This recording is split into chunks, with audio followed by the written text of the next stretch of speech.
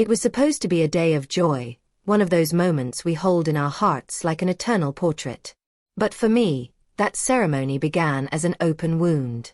I was sitting in the third row, wearing a dress I'd sewn myself decades ago, trying to hide my trembling hands and teary eyes. Around me, everyone was smiling, taking pictures, applauding. But no one was looking at me. Not even my daughter. Especially not my daughter. It was her wedding. And even though I was the one who raised her alone, who wiped away her tears as a child, who worked miracles to put food on the table after her father died, I was just a decoration there. I didn't have the right to choose the table, the outfit, or even arrive with someone by my side. I was invited out of obligation, like someone following a cold protocol. "Mom, just don't get in the way, please," she had said on the phone days before. The phrase still echoed inside me like a slap. As the celebrant spoke of love, fidelity, and gratitude, I felt every word like cruel irony. My son-in-law, Rick, stood there with that practiced smile, squeezing her hand as if he were the perfect man. But I knew he wasn't. Something about him had always bothered me, a scent of deceit, a gaze that didn't hold my own. And I stood there, helpless, swallowing my tears, praying quietly that God would give me the strength to get through this humiliation. Then it happened. Lily, my 12-year-old granddaughter, the only one who still looks at me as if I mattered, approached slowly. She was trembling. Her eyes were wide. She didn't say a word, she just placed a folded note in my hand, as if she were handing me a dangerous secret. The touch of her fingers was icy, making me shiver inside. "Don't say anything. Look behind the curtain." I read those words, and for a moment, everything stopped. The sound of applause, the soft music, the scent of flowers. Everything dissolved. I felt my heart pound in my throat. What could be happening? What could a girl like Lily have seen to hand me something like that, in the middle of the ceremony? There, in the middle of the hall, as everyone stared at the altar, I knew my life was about to change. And it wasn't just any feeling. It was as if something bigger was warning me. Something that could destroy reputations, end the charade, reveal truths hidden for years. But also something that could put me at risk. The risk of losing what little I had left. My dignity, my honor, my place in that family. And before I tell you what I saw, I want to ask you one thing. If this story has touched you, subscribe to the channel now and leave a comment telling me where you're watching from. This support helps me continue to bring real stories that many people try to hide. In that moment, my body wanted to stand up, scream, expose everything. But my soul told me to wait. I took a deep breath, looked at Lily, and realized that the note wasn't just a warning. It was a chance. A chance I might never get again. A chance to turn things around. And it was with this thought that I got up, slowly, trying not to attract attention, and started walking towards the curtain. I walked toward the curtain as if my feet were treading on glass. Carefully, unhurriedly, my heart pounding in my chest. But what I felt at that moment wasn't just fear. It was a strange mix of intuition and an ancient kind of strength that only those who have survived much carry within them. Each step I took reminded me of everything I'd experienced to get there. And everything I'd left behind. My name is Helen. I'm 74 years old. And even though many people look at me as if I'm just the grandma at the ceremony, there's so much more behind these wrinkles and this spine that can no longer carry so much weight. Before I became the invisible woman at the party, I was the woman who held up an entire house when everything fell apart. I was a single mother at a time when that still carried shame. I lost my husband when Susan was just 5. An accident. Heavy rain. And a connection that changed everything on a Tuesday night. Since then, I've been the one who sewed her school uniform, who washed clothes in the sink when the washing machine broke, who stopped eating meat so she wouldn't miss anything. There was no help from anyone. No family member who reached out.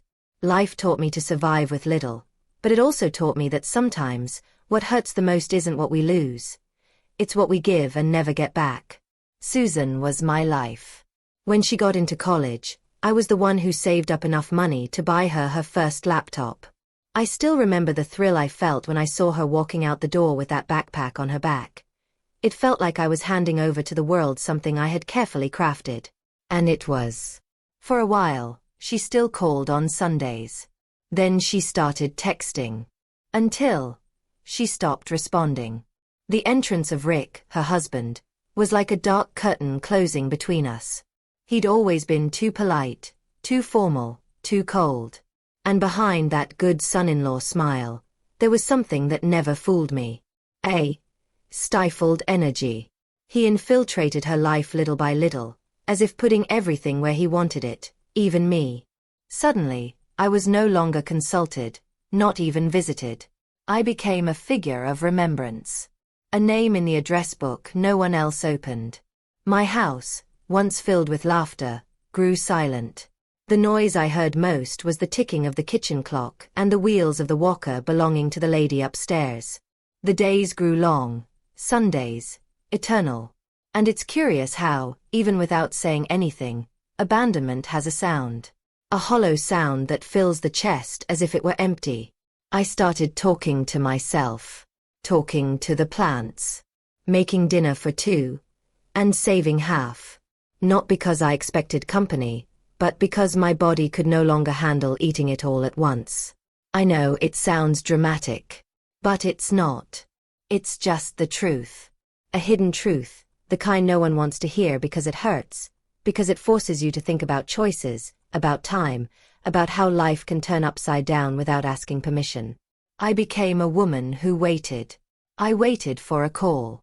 I waited for a reminder.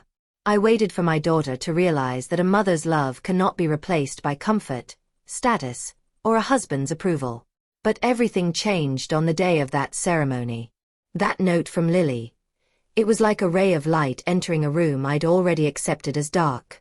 And it was that ray of light that gave me the courage to get up from my chair and walk toward the curtain. Not because I wanted to discover a secret, but because I needed to understand if there was still room for me in my own family's story.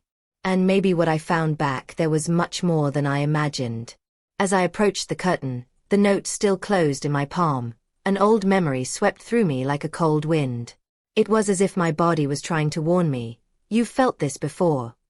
That feeling of not belonging, of being merely tolerated. The truth is, that ceremony, with all its false glitter and mechanical embraces, was only making more evident what I'd known for years. I didn't belong in that world. I was invited out of obligation. Not even my daughter tried to hide it. She called me 2 weeks in advance, in a dry, direct tone, as if following protocol. It's going to be an intimate event, Mom, so please try not to be late.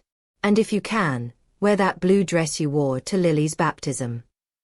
As if I were a decorative object, part of the scenery. I said I would, of course. But I hung up the phone feeling as if I'd been shoved into a box that held only the controlled versions of myself. On the wedding day, I arrived early. No one came to pick me up. I took the bus, as I always did. When I entered the hall, I realized everything had already been planned to the last detail. My name was on a small plaque at the end of a table near the back door. A place where, if I coughed, no one would hear. I sat. I remained silent. I watched. Susan strode among the guests with a smile I barely recognized. She seemed to have transformed into a different person, more polite, more distant, as if she had erased all trace of our history. And Rick. Oh, Rick. He saw me. I know he did. But he walked right past. As he always did. He never looked me in the eye for more than 2 seconds. Not out of respect, but out of discomfort. My presence reminded him of something he'd rather forget, that the woman beside him had a story before he existed. A story of struggle, of dedication, of truth. A story he never wanted to acknowledge because it didn't fit the pretty narrative he'd constructed for others. Of the perfect husband, the exemplary provider, the family man. During lunch, they tried to keep me busy with small favors. They asked me to hold the bouquet, then to help adjust the veil. Nothing really important. Just symbolic tasks, like handing an old doll to a child to play with while the adults chat. At one point, I heard one of my daughter's friends whispering, "She still lives alone, right?" Poor thing. As if it were a sentence. As if my loneliness defined my worth. The truth is, at that ceremony, I wasn't the bride's mother. I was an uncomfortable reminder. An old portrait no one wants hanging on their wall anymore. And it hurt in a way that's hard to put into words. Because it's not the kind of pain that screams. It's the kind that slowly, silently, seeps in until it soaks everything inside. I remember that, hours before the ceremony began, I went into the bathroom to get some air. When I looked in the mirror, I barely recognized myself. Not because of my gray hair or my wrinkles. I'd accepted those a long time ago. But because of my eyes. They were dull. Tired. And it wasn't the body's fatigue. It was the soul's. The kind of exhaustion that comes when you realize you've spent your entire life trying to be seen. And, in the end, no one really saw you. Everything that should have been a moment of celebration became a kind of theater. And I was there in the role I'd been assigned, that of the silent woman watching everything from afar. No right to speak. No room for truth. But something inside me, right there in that moment, began to change. I don't know if it was Lily's note, the oppressive silence of the room, or the way my daughter avoided meeting my eyes. But I felt an inner stirring.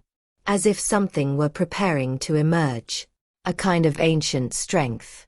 Not the kind that lifts weights or runs marathons, but the strength that endures in silence for decades. And one day, simply decides it's not going to go anymore. It was this force that led me to the curtain. And each step I took seemed to echo a lifetime of renunciations. It wasn't just a physical journey. It was the beginning of a journey. A change of mindset. A silent decision to no longer accept the role they'd given me without asking me if I wanted it. Behind that curtain, I didn't know exactly what awaited me. But something told me the truth was about to reveal itself. And that it would come with the weight of everything that had been hidden for too long. Behind that curtain, there were only shadows at first. A narrow recess, hidden between the ceremony's decor and backstage, where floral arrangements and lighting wires piled up as if invisible to the rest of the world. And it was in that space, in that gap between the stage and the real world, that I felt the presence of something greater than myself. It wasn't just a hunch. It was as if my entire body knew that, from then on, nothing would ever be the same again. But before I could find any revelation, before I could even take another step, I stopped. I needed to breathe. I closed my eyes for a second and let the pain pass like a wave through my chest. The sounds of the ceremony continued on the other side. The music, the laughter, the polite clamor of those applauding out of convention. It all sounded distant now. As if I were in another time. I listened to the celebrant again. He was talking about gratitude. About recognizing those who walked alongside us. About honoring our roots. And then he said, Susan would like to dedicate this moment to the people who have always been there for her. To those who taught her the value of love, resilience, and care. My body leaned forward, almost as an involuntary reflex. I knew she was going to mention me. How could she not? Who else had such an impact on her development? Who else supported her through her crises, her fevers, her first falls? But what came next was a shock as cold as the ground at dawn. I thank my father, who, even though physically absent, has always been present in my heart. To my mother-in-law, for welcoming me as her daughter. To my daughter Lily, for her early sensitivity. And to Rick, who is my safe haven at all times. My name was never mentioned. Not a word. Not a mention. Not a memory of me. I was erased from my own daughter's discourse as if I had never existed. I can't accurately describe the kind of impact this has. Because it's not a direct blow. It's a subtle, calculated cut that opens a wound inside, without anyone noticing. Public rejection has a destructive power that few understand. It's like being betrayed in a public square, but with elegance, with smiles, with microphones and applause. I shrank into my corner, almost wanting to disappear into my chair. At that moment, I remembered a conversation I had with Susan when she was a teenager. She had come home from school crying because a classmate hadn't included her in the dance group. I hugged her, made tea, and said, "Daughter, the worst kind of pain is being forgotten by the one you love most." And there, in that ceremony, I finally understood what those words really meant. I didn't cry. I didn't scream. I didn't get up. I remained silent, as if accepting the sentence. And yet, deep within me, a cry echoed. Not from wounded pride, but from something harder to name. A silent mourning. The mourning for a connection that no longer existed. The worst loneliness isn't being alone at home. It's being surrounded by people and still feeling unseen. It's participating in a defining moment in the life of someone you raised, and realizing you've become a sideline. That your presence is more disturbing than comforting. Around me, the guests smiled, took selfies, and toasted enthusiastically. And it all felt like a carefully staged performance to conceal a hidden truth. A truth only I held. That this family, so Instagram perfect, was falling apart from within. That behind the flowers and ornate vows lay deep cracks. My daughter, who once slept on my chest, could now barely look at me. Rick had molded her with precision, like someone carving wood to fit a specific frame. And she accepted. Maybe out of need, out of fear, out of a need to belong. I don't know. But I know that the Susan I knew was no longer there. I held Lily's note like a warm truth in my hands. It was all I had. And it was all I had left. So I slowly got up and began to walk through that tight space behind the curtain, feeling that, even without words, life was about to speak to me. In a way that no one in that room expected. The note was still there, crumpled in my hands, as if the paper knew more than I did. The handwriting was small, written in haste. Say nothing. Look behind the curtain. So simple. So direct. So charged with urgency. Lily was only 12, but her eyes in that moment seemed to have lived twice as long. They told me everything she couldn't say aloud. Fear, confusion, and above all, trust. She chose me. Amidst everyone there, my granddaughter looked at me as if she knew I was the only one capable of understanding what was coming. That shook me. It awakened something that had been dormant for a long time. A kind of instinct that comes when you feel the need to protect the one you love, even if you don't know exactly from what. I took a deep breath. I looked around, pretending to observe the decorations, the flower arrangements, the movement around me. No one paid me any attention, as usual. And for the first time, this invisibility served me well. It allowed me to act without arousing suspicion. I rose from my chair with the delicacy of someone about to cross an invisible line. Each step I took was silent, but inside me the noise was deafening. A question lingered in my mind. What did Lily see? And why did she choose me to see it too? I crossed the room as if stepping on a memory. Everything around me seemed blurry, like when you wake from a confused dream. I saw Rick talking to one of the guests, laughing loudly, theatrical as always. I saw Susan holding a glass of sparkling wine, surrounded by friends, with that magazine smile, completely oblivious to what was about to happen. Behind the curtain, the world was different. There was no soundtrack, no cameras, no audience. Just silence and shadow. I entered as if intruding on a secret. The backstage area of the ceremony seemed a distorted reflection of what was happening outside. Exposed wires, stacked boxes, vases of flowers with their stems cut off. A place where beauty dismantles. And it was exactly there, between backstage and the truth, that I heard his voice. Quiet but firm. Rick.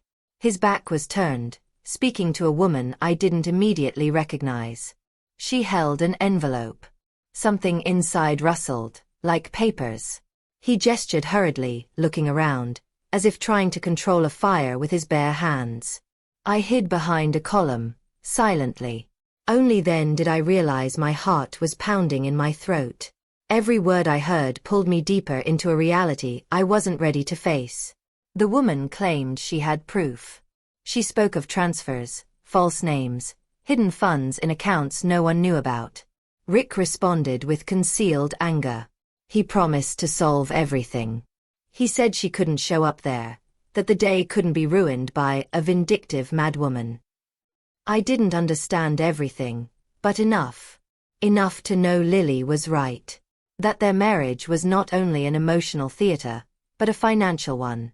That there was a hidden truth behind the beautiful words and the promises of eternal love. And that truth had to do with money. With betrayal. With blackmail. I stood there, watching like someone watching a building collapse where they once lived. Because yes, I was once part of that family's fabric. And now I was witnessing the deep cracks, the leaks no one wanted to see.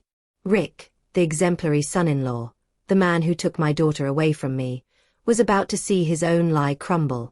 And the strangest thing is, he had no idea I was there. He didn't know that the person he'd tried to erase from the narrative was the very person who now had the chance to change the course of everything. I walked back slowly, my body trembling and my mind racing. I passed through the curtain again, this time with a new perspective. The room looked the same, but I was no longer there.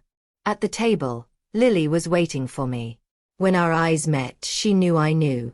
And in that look between grandmother and granddaughter, we sealed a silent pact. I had seen. And now, there was no unseeing. When I returned to the table, my steps seemed heavier than before. Not from physical exhaustion, but from what I carried inside. It was as if every part of my body had absorbed the tension of that moment behind the curtain.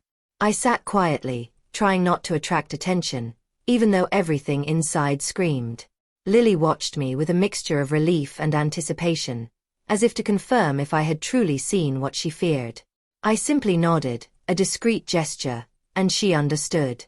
The truth now lived between us. That image of Rick with that unknown woman, so out of place in that perfect ceremony, wouldn't leave my mind. She was well dressed, but nothing about her seemed festive. Her hair tied tightly, her eyes hardened, her mouth speaking rapidly as if tired of waiting. There was something in her gestures that left no room for doubt. She was there to deliver the truth. Not gossip, not suspicion, but something concrete. Something that could destroy that ceremony in seconds. I clearly remembered an envelope. She opened it and took out some papers, placing them on a small table against the backstage wall. She showed them one by one, firmly. And even though I wasn't close enough to hear everything, I understood enough. I saw numbers, dates, photos. None of it seemed innocent. It seemed like a transaction. It seemed like proof. I saw Rick's face tighten, his eyes darting from paper to paper as if trying to deny what he already knew to be true. He tried to control the situation, but he no longer had control. The woman was threatening him firmly. She spoke loudly enough for me to hear one entire sentence. Either you solve this now, or I'm going to the altar. The threat was clear. She wasn't there to apologize. She wanted justice. Or maybe revenge. And, as contradictory as it sounds, for a second, I saw myself in her. In the way she spoke. In the urgency in her gaze. In the tone of someone who'd spent too long being ignored. There was something about that woman that reminded me of the Helen I once was. The one who also tried to warn, the one who was also silenced, the one who was conveniently sidelined. It was like looking into a mirror with a different frame. Returning to the ballroom after seeing that was like walking into a play, already knowing the ending. And yet, everyone there continued to smile, dance, and toast. Susan, with her perfect veil and fitted dress, seemed to live on another planet. And there I was, carrying the weight of a secret that could change the game, but also destroy everything. The doubt was brutal. To reveal or not. And more than that, as I knew the impact it would have. Not just on the marriage, but on my daughter's reputation, my granddaughter's life, and the entire family's image. But I also knew the cost of remaining silent. Because silence, the same one that had accompanied me for so many years, takes its toll. It doesn't protect. It postpones the inevitable. And in the end, it always explodes in the lap of the one who keeps quiet. I had a moral decision before me. Something bigger than backroom gossip. It was about justice. About integrity. About breaking a cycle that had already been eating away at my family from within, even when everyone pretended everything was fine. Rick wasn't just a manipulator. He was dangerous. And if everything that woman was showing was real, and from what I saw it was, he was also a criminal. Involved in embezzlement, perhaps money laundering. I recognized one of the documents. It was a deed. I can't quite put my finger on it, but I remembered the company's name. Rick had mentioned it months ago, over a cold lunch where he was trying to portray himself as a successful entrepreneur. Then, I understood it was a front. A dirty front, where my daughter was now being used as a shield. And what scared me most, perhaps, was the possibility that Susan knew. That she was aware of everything and yet still stood there, feigning happiness. Because if she knew, then it wasn't just Rick who betrayed me. It was her too. And that thought consumed me. Lily's note, simple as it was, now carried a weight far greater than a child's message. It was a warning. A cry for help. A call for me, even after everything, to stand up. Not for myself, but for her. Because if a child senses something's wrong, it's because the adults are pretending too much. And, sitting there, hands in my lap, face still turned toward the altar, I realized, life was giving me a second chance. Not to fix the past, because that was already gone. But to change the outcome.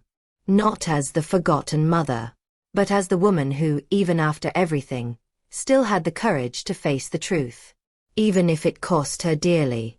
And, from what I saw behind that curtain, it would.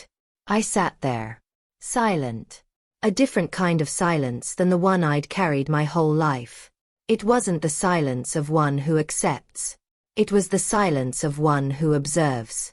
Of one who has seen enough to know that speaking at the wrong moment can destroy more than it reveals. I looked at Lily, who returned my gaze with a moving steadiness. She didn't blink. She didn't look afraid, she looked ready. As if she'd spent her entire life waiting for me to stand up for both of us.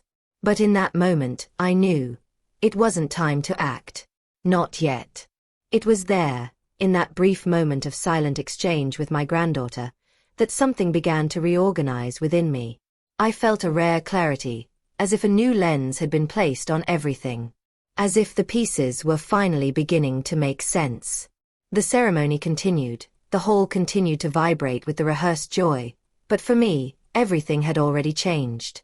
Not because I had a ready-made plan, but because I had something more valuable. Awareness. My entire life, I was taught not to disturb. To be grateful even in absence. To swallow words and filter emotions so the atmosphere would remain peaceful. But at what cost? How many times had I failed to say what I needed to, just to maintain an appearance no one valued? How many times had I sacrificed my truth to sustain others' lies? And that day, within that family theater disguised as celebration, I realized I had reached the limit of this old version of myself. The transformation didn't come as a scream. It came as a firm whisper deep within my chest. I wouldn't stand up in the middle of the ceremony. Not because Rick deserved silence, but because Lily deserved protection. And Susan, as much as she hurt me with her lack of affection, was still my daughter. I wouldn't destroy her image on the day she chose to build a new chapter. Not like that. The impact would be irreversible. Not for him, but for her. For us. I knew the cracks in that marriage better than she realized, but I also knew that if the truth doesn't come through awareness, it will come through pain. And it would come. I took a deep breath, leaned back in my chair, and let my body rest with dignity. It was the first time in a long time that I felt in control, even without saying a word. I was no longer the grandmother in the corner. I was no longer the woman ignored in the discourse. I was the guardian of a truth. And that changed everything. Because knowing the truth is a kind of power that no one can take away from us. The ceremony continued with the same choreography. Emotional vows, measured tears, rehearsed photos. People clapped in time, said beautiful every 2 minutes, toasted with automatic enthusiasm. And I was there, watching. Not bitterly, but lucidly. I knew it would all fall apart. Maybe not today, maybe not tomorrow. But what I saw behind the curtain couldn't be sustained for long. The truth has a stubborn way of emerging. And when it does, it doesn't ask for permission. Lily held my hand discreetly, like an anchor. Her small but decisive touch gave me a kind of strength I didn't even know I had. And it was in that simple gesture that I understood the magnitude of my journey. I had spent years trying to be accepted by the family I'd built. And in the end, it was her youngest who reminded me of who I am. Who I've always been. The role I'd been given in this story was clear. To be a supporting character. The friendly extra, the grandmother who nods and disappears when the lights go out. But in that moment, I broke that script. Without interrupting, without raising my voice, without causing a scene. I broke from within. With decisions. With presence. With a kind of quiet courage that only forgotten women learn to cultivate. I was no longer a woman waiting for recognition. I was a woman who knew too much. And with that came responsibility. Time passed, and no one noticed my change. But I knew. I felt it. It was as if I'd stepped through a mirror and encountered a version of myself that had been dormant for years. The woman who listened, yes. But also saw. Observed. Understood. And who now was beginning to choose her next steps with precision. Because if truth is a weapon, I needed to know exactly when to use it. And, most importantly, how. The scandal soon erupted.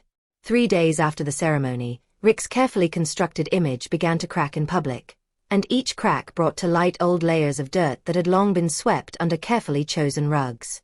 The woman I saw backstage at the ceremony, the one who stared Rick down fearlessly and held that envelope as if it were a sentence, appeared. And she didn't just show up.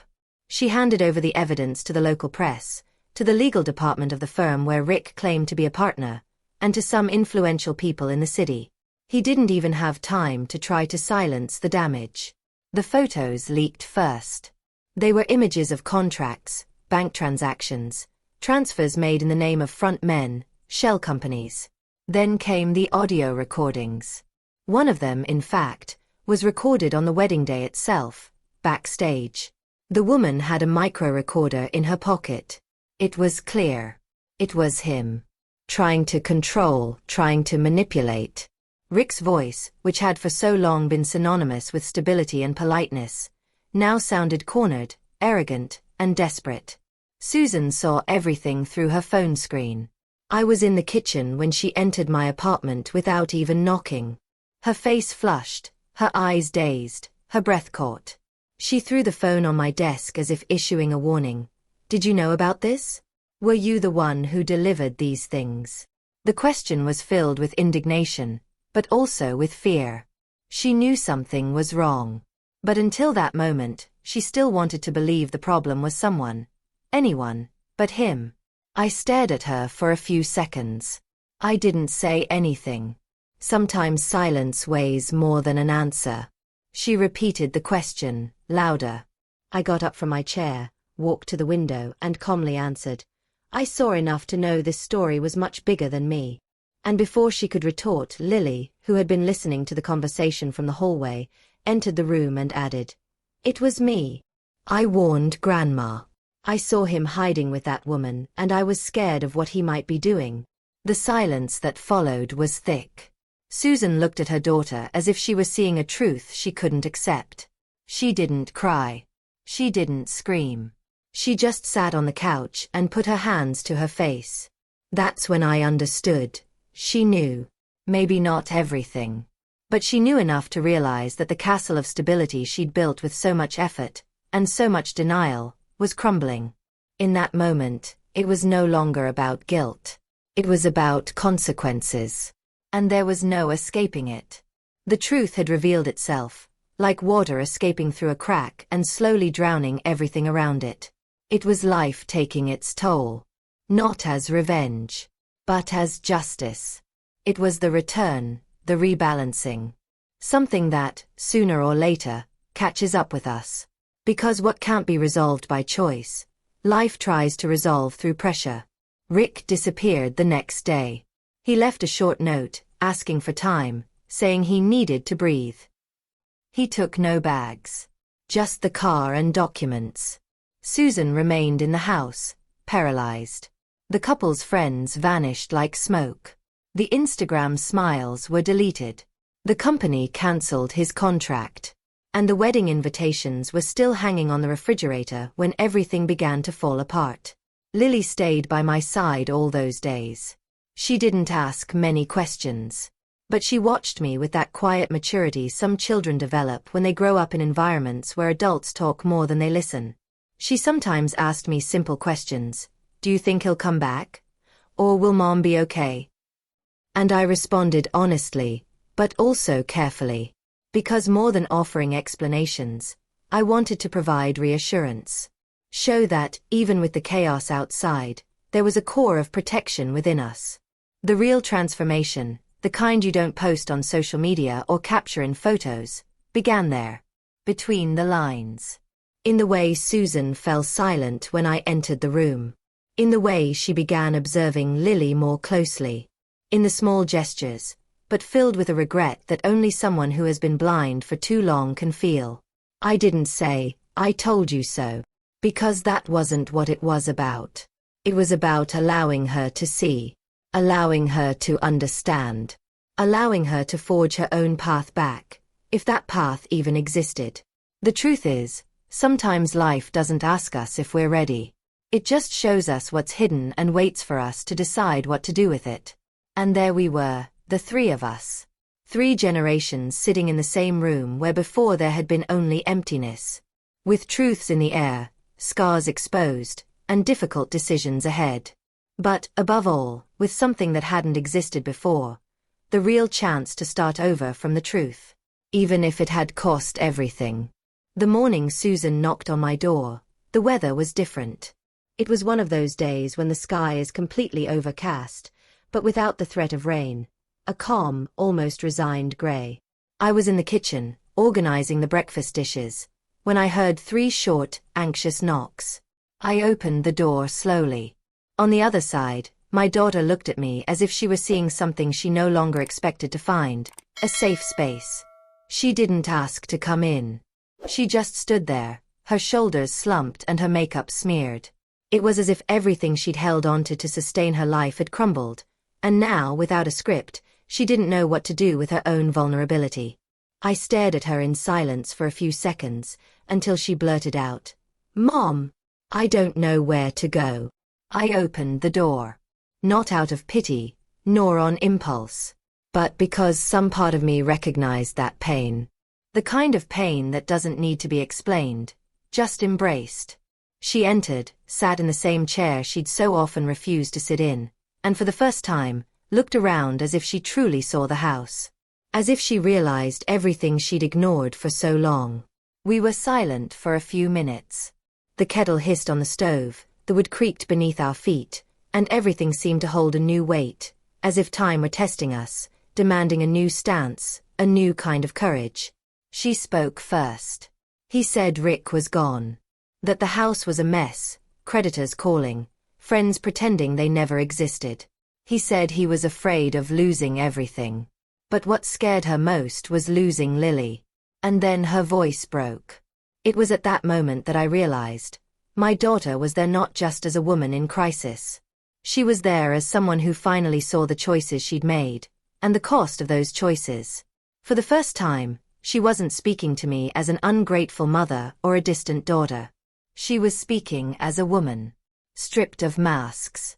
Exhausted from trying to maintain a world that was never real. She then asked me for help. Her voice low, her eyes fixed on the floor. She said she didn't know where to begin, that she didn't know how to deal with what Rick had done, with the contracts, with the emerging lawsuits, with the exposure. She asked me to speak to a lawyer, to call acquaintances, to help her resolve the situation. But I knew what she really wanted. She wanted me to erase everything. She wanted me to use what little I had left. My emotional stability, my lucidity, my silent support network, to shield her from the impact. And in that moment, with all the love I still had, I had to say no. I will not protect you from what you yourself ignored. The sentence came out without anger. It came out clearly. And, at the same time, with love. The kind of love that doesn't sugarcoat the truth. That doesn't pretend everything's okay to avoid conflict. Mature love. A love that teaches. That sets boundaries. That restores lost dignity, but doesn't carry anyone in its arms. Susan looked up at me, surprised. For the first time, she saw something in me she might never have noticed before. Firmness. And it wasn't the authoritarian firmness she'd known in her youth, but a gentle firmness. Of someone who's seen rock bottom and bounced back. Of someone who understands that overprotectiveness can also be a form of abandonment. She cried. Not a loud cry, but the cry of someone thawing inside. Of someone who is finally allowing the hardened layers to begin to crack. I didn't hug her right away. I waited. I let her feel what she needed to feel. Because this was true reconstruction. Not an immediate relief, but a journey. After a few minutes, I sat down beside her. He said he'd be there, not to fix everything, but to walk alongside her. That he'd help with guidance, with support, with whatever I could. But he wouldn't lie for her. He wouldn't cover up. He wouldn't negotiate truths. She would have to face the consequences of her own decisions. She nodded. And it was in that nod that I saw, for the first time in many years, the woman I had created. Beneath all the hardness, the vanity, the need for approval, there was still a heart capable of transformation. And perhaps that was the greatest legacy I could leave, to show that it is possible to fall with dignity, and even more so to rise with truth. Lily entered the room shortly after, her hair still messy from sleep. She looked at me, then at her mother. No one needed to say anything. She ran to Susan and hugged her tightly. There they were, the two parts of a story that now had a chance to be rewritten. Not by magic, but by choice. A conscious choice. A choice born from the exhaustion of pretending. And I, sitting in that same chair where I had so often been invisible, felt whole. Not because everything was resolved, but because, finally, I knew my voice was alive. And more than alive, it was being heard. Time didn't stop, but it slowed down after that day. As if the universe knew that some things within us needed time to reorganize. Susan didn't leave my house immediately. She stayed for days. Sometimes silent, sometimes breaking down. Sometimes trying to justify herself, other times simply apologizing with her eyes. There was no rush. I didn't want quick answers, nor cinematic reconciliations. I wanted truth. Relationships that weren't sustained by convenience, shame, or family obligations. Clean relationships, even if imperfect. And little by little, the truth began to do its work. Not like an explosion, but like an emotional spring cleaning. The kind that removes years of accumulated dust. Susan began offering to help. She washed the dishes without me asking. She organized the groceries. He sat with me at night to talk, cell phone out. And most importantly, he began to listen. Really listen. She wanted to understand. She wanted to know what it was like to raise a daughter alone in the 1970s. What it was like to give up dreams to keep food on the table. What it was like to silence one's own pain so as not to scare a child. And I told her. Not as someone demanding, but as someone delivering. Because telling our story is also a way of restoring the dignity that life tried to steal from us. And she listened with a focus I'd never seen before. Sometimes she cried in the middle of the story. Sometimes she laughed. Sometimes she remained silent for minutes afterward. But I could see it in her eyes. Something was changing. Lily, in turn, started coming every week. Sometimes she'd sleep with me on Saturdays. She loved waking up early and helping me make coffee. She'd ask me difficult questions with a lightness only children can. Grandma, why do people lie when they are afraid? Or do you think love can end and come back? And these questions made me think about things I'd neglected to consider. They forced me to reevaluate my beliefs. And in the midst of it all, The idea that transformed our lives emerged, writing my story. It was Lily who suggested it. One day he saw me taking an old box out of the closet filled with letters, photos, and old notes, fragments of who I was. He sat down next to me and said with the casualness of someone asking to see a drawing, "Grandma, why don't you write a book about all this?" I laughed. I said no one would be interested in an ordinary life. And she replied seriously, "But I'm interested. And other people will be too." We started slowly. She typed on the laptop and I narrated, looking at the photos, remembering details, smells, voices. Sometimes I'd stop mid-sentence and swallow hard. Sometimes I'd laugh at something I'd forgotten. And there, between words and memories, between memories and connections, we began to weave something greater than a book. We began to rebuild bonds that had been lost to time. Susan also began to participate. First as a silent reader. Then as a living witness to some of those stories. Sometimes she would say, "I had no idea you went through this." And that was more powerful than any apology. It was the recognition that had been denied me for so many years. Today, when I look back at my life, I see that not everything turned out as I dreamed. But much has shifted more profoundly than I could have imagined. I'm no longer the silent grandmother at the forefront of the party, nor the woman forgotten in the speech, nor the mother who swallows her pain to keep the atmosphere peaceful. Today they call me what I am, roots. And being a root is different from being a burden. A burden drags. A root sustains. A burden disturbs. A root nourishes. A root remains, even when the tree sways. And this awareness changed my way of being in the world. Today I know the value of my story. And I know that it doesn't end in silence. We're still writing the book. We already have dozens of pages.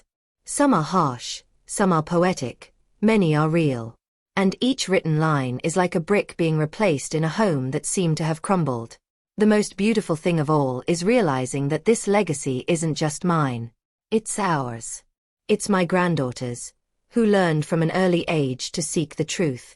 It's my daughter's, who is relearning to walk with a freer heart. And it's mine, who have finally learned that it's never too late to be heard, as long as we start, one day, speaking out firmly. And it's curious how life surprises us. How, after so many imposed silences, it gives us back the chance to tell our own version. Without shouting. Without seeking approval. Just with presence. With truth. And with a kind of love that no longer depends on being reciprocated to exist. A love that blossoms because it decided to stay, even when everything told it to leave. If you've made it this far, it's because some part of this story resonated within you. And that, to me, says it all. It's because of these connections that this channel exists, to make space for stories that matter, that touch us, that make us think differently. If this video brought back any memories, insights, or even a desire to take a closer look at your own journey, take advantage and subscribe to the channel. There's always a new slice of life to share with you. And if you want to let me know you stuck with me until the end, write in the comments, "That message was for me." I'll love knowing that we've made it this far together. Oh, leave your like too, because it shows me that this type of conversation has space and meaning for more people than just me. And look, there's a video right here that complements all of this. Click and stay with me there. The story still has a lot to tell you.